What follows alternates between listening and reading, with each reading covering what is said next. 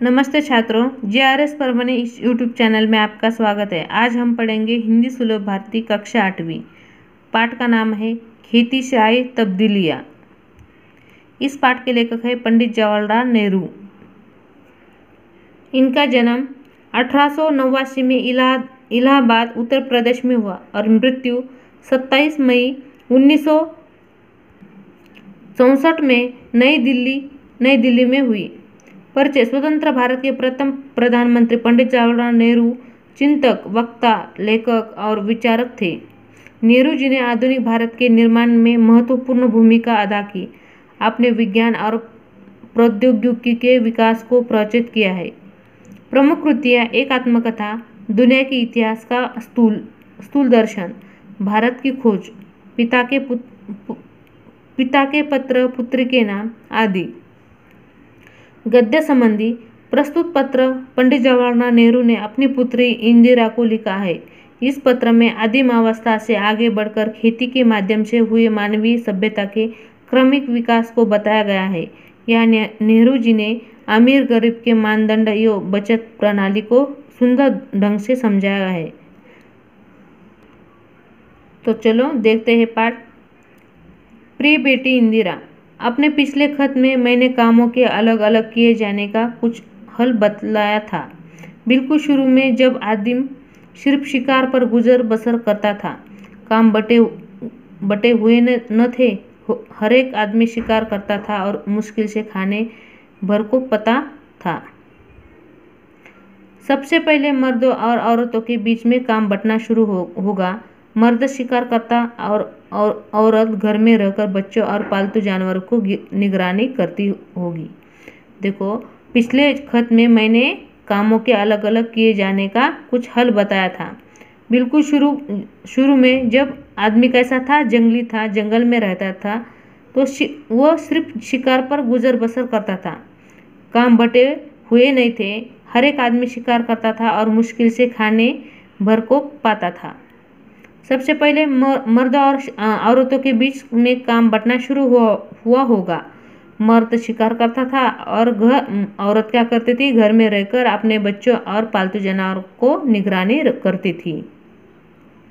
जब आदमियों ने खेती करना सीखा तो बहुत सी नई बातें निकली। पहली बात यह हुई कि काम कई हिस्सों में बढ़ गए। कुछ लोग शिकार खेलते और कुछ खेती करते और हल चलाते। जो दिन गुजरते गए, आदमियों ने नए नए पेशे सीखे और उनमें पक्के हो गए। देखो, जब आदमियों ने खेती करना सीखा तो बहुत सी नई बातें उसे निकली या उसे नई बातें समझ में आ गई। पहली बात यह हुई कि काम कई हिस्सों में बढ़ गया। कुछ लोग शिकार खेलते और कई खेती और हल चलाते। जो दिन गुजरे, यानी कि दिन गुजरते गए और आदमियों ने नए नए पेशे यानी नए व्यवसाय सीखे और उनमें वो पक्के हो गए। खेती करने का दूसरा अच्छा नतीजा ये हुआ कि गांव और कस्बे बने। खेती करने का दूसरा अच्छा नतीजा हुआ कि गांव और कस्बे बने। लोग इनमें आबाद होने लगे। खेती के पहले लोग इधर उधर घूमते फिरते थे और शिकार करते थे। उनके लिए एक जगह रहना जरूरी नहीं था। शिकार हर एक जगह मिल जाता था। इसके सिवा उन्हें गायों, बकरी और अपने दूसरे जानवरों की वजह से इधर उधर घूमना पड़ता था। इन जानवरों के चराने के लिए चारागाहों की जरूरत थी। एक जगह कुछ दिनों तक चरने के बाद जमीन में जानवरों के लिए काफ़ी घास पैदा नहीं होती थी और सारी जाति को दूसरी जगह जाना पड़ता था। देखो, खेती करने का एक अच्छा नतीजा हुआ कि लोग एक जगह रहने लगे। उसने गांव और कस्बे बने। लोग आबाद होने लगे और इधर से उधर वो घूमना उनका बंद हो गया।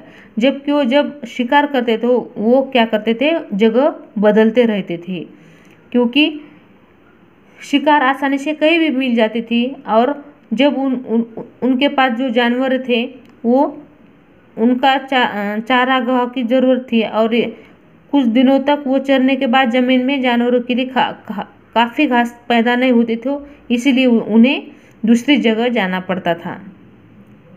जब लोगों को खेती करना आ गया तो उनका ज़मीन के पास रहना ज़रूरी हो गया। ज़मीन को जोत बोकर वे छोड़ नहीं सकते थे। उन्हें साल भर तक लगातार खेती का काम लगा ही रहता था और इस तरह गांव और शहर बन गए।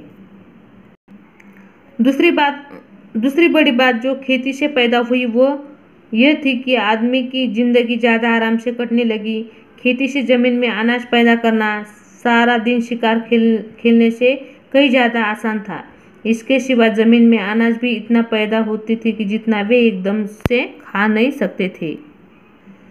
देखो, जब वो खेती करने लगे तो उन्होंने जो खेती की है, मसलत की है, उसे वो छोड़कर नहीं जा सकते थे। इसीलिए वो एक जगह रहने लगे और गांव और शहर बन गए।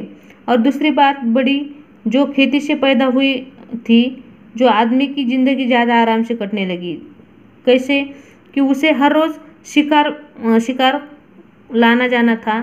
शिकार आसानी से मिलती थी क्या? नहीं, लेकिन खेती के काम शिकार से ज़्यादा आसान थे।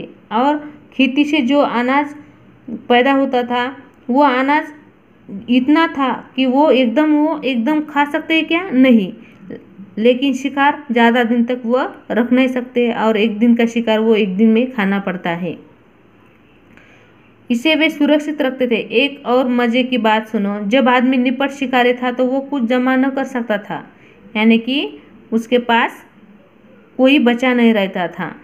लेकिन वो जब खेती करने लगा तो उसके पास जो अनाज पैदा होता था वो उसे बचा कर रखता था।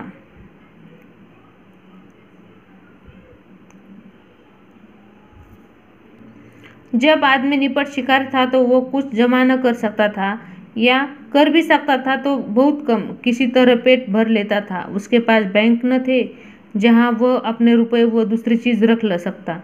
उसे तो अपना पेट भरने के लिए रोज़ शिकार खेलना पड़ता था।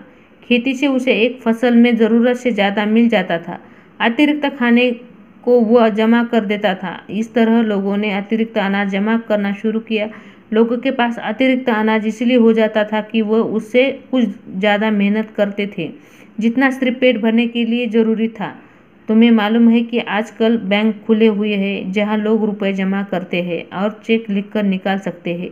ये रुपया कहाँ से आता है? अगर तुम गौर करो तो तुम्हें मालूम होगा कि ये अतिरिक्त रुपया है, यानी ऐसा रुपया जिसे लोग को एक बारगी खर्च करने की ज़रूरत नहीं है।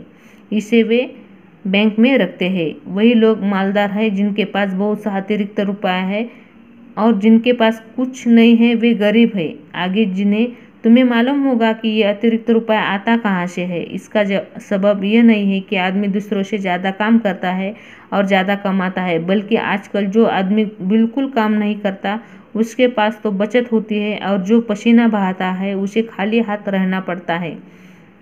कितना बुरा इंतज़ाम है। बहुत से लोग समझते हैं कि इसी बुरे इंतज़ाम के कारण दुनिया में आजकल इतने गरीब आदमी हैं। अभी शायद तुम ये बात समझ न सको, इसलिए इसमें सिर न खपाओ। थोड़े दिनों में तुम इसे समझने लगोगी। इस वक्त तो तुम्हें इतना ही जानना पर्याप्त है कि खेती से आदमी को उससे ज़्यादा खाना मिलने लगा जितना वह खा नहीं सकता था। यह जमा कर लिया जाता था। उस जमाने में न रुपए थे न बैंक। जिनके पास बहुत सी गाय, भेड़े, ऊँट या अनाज होता था वे ही अमीर कहलाते थे। तुम्हारा पिता जवाहरलाल नेहरू। तो छात्रों, इस पाठ में लेखक पंडित जवाहरलाल नेहरू इन्होंने अपनी पुत्री को आदिम अवस्था से आज तक कैसी कैसी उन्नति हो गई और मानवीय सभ्यता के क्रमिक विकास को बताया गया है। यह नेहरू जी ने अमीर गरीब के मानदंड एवं बचत प्रणाली को सुंदर ढंग से समझाया है।